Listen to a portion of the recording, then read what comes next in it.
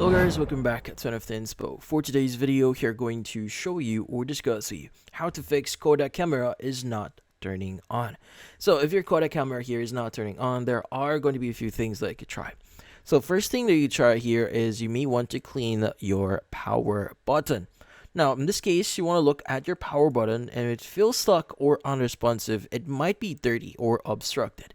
So you want to take a Q-tip here, dip it slightly in an isopropyl alcohol, then gently clean around the power button to remove any grime or debris. This can actually help if something's physically stopping it from actually working. Next is you may want to check the battery placement here. Now, in this case, first thing, you want to check if the battery is inserted correctly. So sometimes it's just the wrong way around. So just open the battery compartment here, take out the battery, reinsert it carefully, and make sure the contacts are aligned properly. So this tiny mistake is more common than you'd actually think.